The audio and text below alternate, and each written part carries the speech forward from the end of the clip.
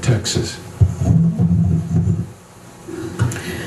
Mr. Chairman, let me thank you very much again for this hearing, and I respect Reverend Sharpton, and I know that in the second sentence of his remarks he was respecting this committee since he made the inquiry early on, and he recognizes that there are three branches of government, and because of this chairman we now have vigorous oversight.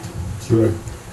Let me acknowledge Martin Luther King III. Having worked for the Southern Christian Leadership Conference, I have a special affinity for your family, and Dick Gregory, who is here as well. Judge Leon Higginbotham said that race matters, and I respect my good friend who I will share a hearing this afternoon. He is the ranking member to the committee that I chair, Mr. Lundgren. All of us are looking at societal issues. We know that Dr. Poussant and Bill Cosby has just come out with a provocative book. I don't know if I can get through the questioning because as a parent, I'm on the verge of tears. Michael Bell is now in jail.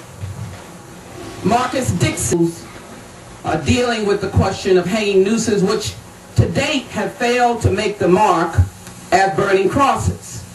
But we recognize that nooses have now proliferated across America. They're in the workplace. And these questions will be for U.S. Attorney Washington District, the U.S. Attorney from the Western District, and Ms. Kirsten, Reverend Sharpton, and he might yield to the attorneys and Professor Ogletree. Reverend Moran, let me thank you for declaring two systems of government, two systems of justice. Let me thank you for your prayerfulness, and let me thank Dr. Ogletree, Professor Ogletree, for using the word cancer. Let me thank the NAACP for burying the N-word, nigger. But Reverend Moran said that the children were called niggers. So let me begin my questioning by just a procedural question. Ms. Kirsten, when did the community relations team come in for the first time? The community relations team has been working with this. When did it come in for the first time, please? What is the date that it came in? I'm going to defer to the legal counsel of the Community Relations Service. Thank you. Quickly, can you give me an answer, please? My time is short. What is the date that it came in? The first day was actually on June 12th of this year. Is that 2007? Action on the ground, but we were communicating. 2007, June. Thank you very much. Ms. Kirsten, can you provide me with a detailed response to the calls that I made repeatedly to the Civil Rights Division, speaking to the Assistant Attorney General for Civil Rights and to the FBI? Would you provide a chronicling in writing of your responses that you gave to my office and whether or not the FBI is on the ground looking into the treatment of Michael Bell at this time? I don't need it in a public statement. Just give it to me in writing. Let me go forward to U.S. Attorney Washington. September 2006, 3 nooses were found hanging. The principal said, let's expel them. The students were suspended.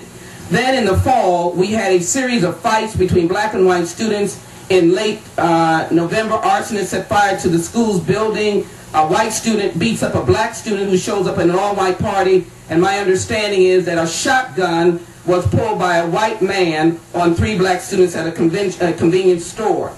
Let me ask the chairman to put into the record the U.S. Attorney, nooses beating at Jena High, not related.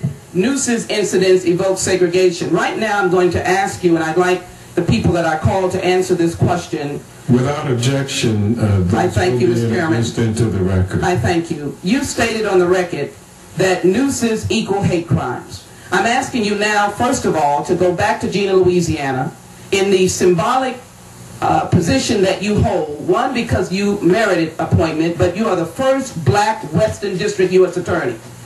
And I'm asking you to go back, and I'm asking you to find a way to release Michael Bell and the Jena Six. My question that goes down the road.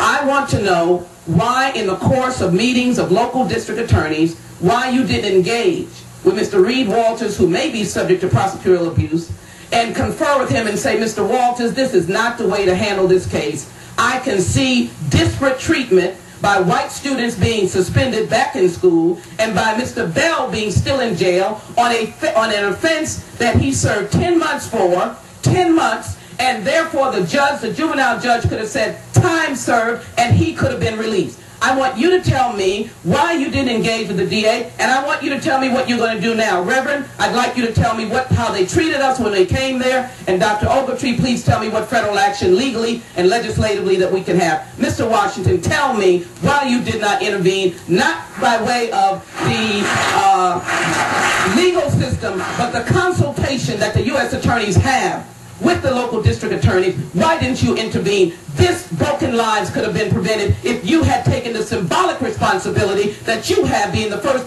African American appointed to the Western District. I don't know what else to say. I am outraged, and that's why my voice is going up like this. Literally outraged. The